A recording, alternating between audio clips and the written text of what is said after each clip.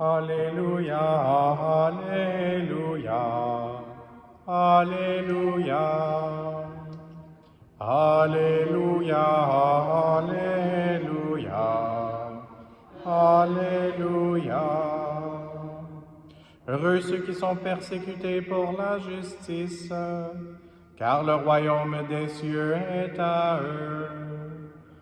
Alléluia, Alléluia, Alléluia.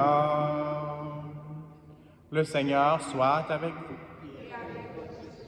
Évangile de Jésus-Christ selon saint Matthieu.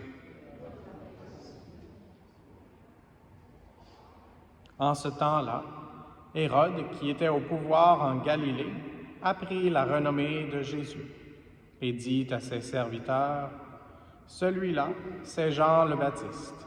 Il est ressuscité d'entre les morts. Et voilà pourquoi des miracles se réalisent par lui.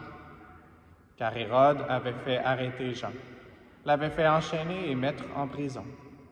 C'était à cause d'Hérodiade, la femme de son frère Philippe. En effet, Jean lui avait dit: « Tu n'as pas le droit de l'avoir pour femme. » Hérode cherchait à le faire mourir, mais il eut peur de la foule, qui le tenait pour un prophète.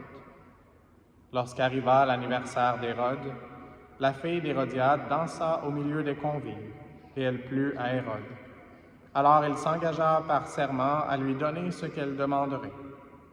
Poussée par sa mère, elle dit: « Donne-moi ici sur un plat la tête de Jean le Baptiste. » Le roi fut contrarié, mais à cause de son serment et des convives, il commanda de la lui donner.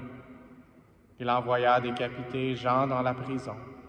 La tête de celui-ci fut apportée sur un plat et donnée à la jeune fille, qui l'apporta à sa mère.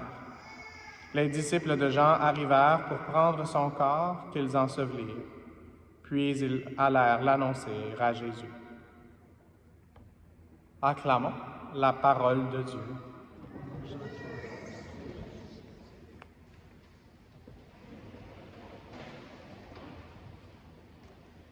Aujourd'hui, je veux porter notre réflexion plus sur le psaume que sur l'Évangile ou la première lecture que nous avons lue. Et puis, il n'y a pas de gagnant, on est tous gagnants quand on est à la messe, donc on ne fera pas le côté gauche et le côté droit, surtout que je suis dyslexique et que je ne sais pas qui est à gauche et qui est à droite, dépendamment du point de référence. Notre point de référence devrait toujours être le même. Et donc, si on jouait à un jeu qui s'appelle Charade, et que j'essaie de dire deux mots, et puis qu'on essaie de voir c'est quoi que j'essaie de penser, je pense qu'avec les gens qui sont ici, probablement qu'on va avoir une ou deux réponses. Donc, juste en répétant des mots du psaume aujourd'hui, si je dis le mot « grâce » et « fruit », probablement qu'il y a des gens qui vont dire « Marie » et probablement qu'il y a des gens qui vont dire « Jésus », parce que ça nous fait nous souvenir du « Je vous salue Marie », pleine de grâce. Et ensuite, le fruit de vos entrailles. Je pense que si j'avais dit le mot « entrailles », presque tout le monde, on aurait dit le mot « Jésus ». Mais ce n'était pas un mot du psaume aujourd'hui, donc c'est pour ça que j'ai essayé de ne pas tricher. Mais comme j'ai dit, le point de référence devrait toujours être Jésus. Et donc, dans ce psaume aujourd'hui, on a entendu que Dieu nous prenne en grâce et nous bénisse, que son visage s'illumine sur nous, et ton chemin sera connu sur la terre, ton salut parmi toutes les nations. Et puis, j'ai eu une correspondance avec notre archevêque, Monseigneur Marcel. Donc, j'ai des nouvelles internationales parce qu'il est au Portugal avec les Journées mondiales de la jeunesse. Et il a écrit que malgré la chaleur et les déplacements, tout va bien. Puis, il a écrit qu'il peut voir le visage du Christ sur ces jeunes qui sont réunis de partout, de toutes les nations, comme on vient de le lire ici. Et donc, c'est encourageant de voir ça. Et puis, dans quelques heures, au Portugal, ils seront unis avec nous, qui dans quelques minutes, nous aurons accès au visage du Seigneur qui veut resplendir sur nous par le sacrement de l'autel, le Saint-Sacrement, et Dieu qui veut pénétrer nos cœurs, nos intentions les plus chères. Et ce qu'il a dit aussi dans son courriel, c'est qu'il porte les intentions que les gens offrent. Et donc, on peut demander au Seigneur de nous connecter, même si on est d'un océan qui nous sépare, avec sa présence réelle qui sera parmi nous dans quelques instants et qui sera la même présence réelle de Jésus-Christ, notre unique Sauveur, au Portugal. Et ensuite, le troisième paragraphe du psaume disait « La terre a donné son fruit. Dieu, notre Dieu, nous bénit. Que Dieu nous bénisse et que la terre tout entière l'adore. » Et donc, Dieu va vouloir nous bénir d'une façon spéciale à la fin de l'adoration. Et donc, justement, on va essayer de faire et que toute la terre entière l'adore. C'est ça qu'on va essayer d'accomplir par notre prière un peu plus tard à la fin de cette Eucharistie. Et puis, je vais juste terminer avec une citation du pape François d'il y a quelques jours.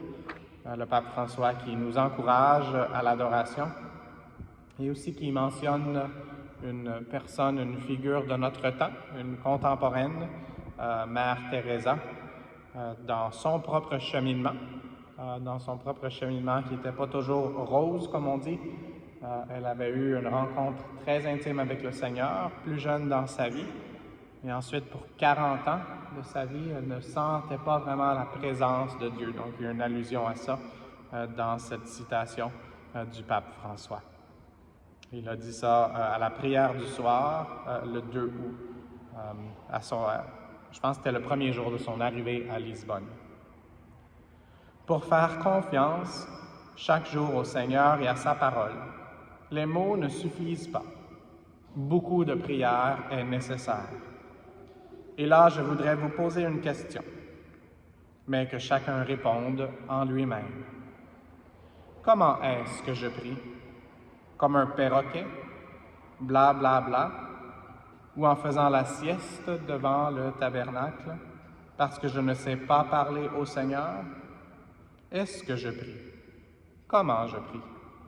Ce n'est que dans l'adoration devant le Seigneur que l'on retrouve le goût et la passion de l'évangélisation.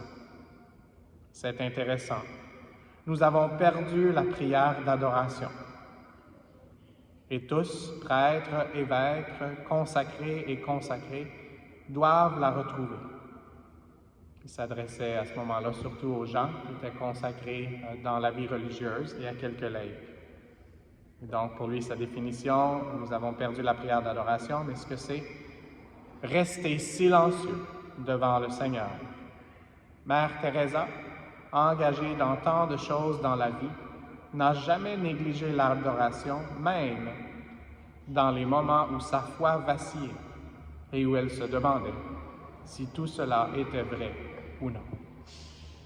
Alors demandons au Seigneur l'intercession de bienheureux Frédéric Johnson, qui a été en Terre Sainte, puis qui a aussi fait la bienvenue aux pèlerins ici au Canada. Et donc, dans notre pèlerinage, demandons aussi d'une façon spéciale à Sainte Mère Teresa qu'elle puisse nous aider aujourd'hui à entrer en adoration, qu'on sente la présence de Dieu ou qu'on ne la sente pas, qu'on soit touché et surtout qu'on ait le courage de poser les gestes, les petits gestes d'amour que le Seigneur nous appelle à poser. Amen.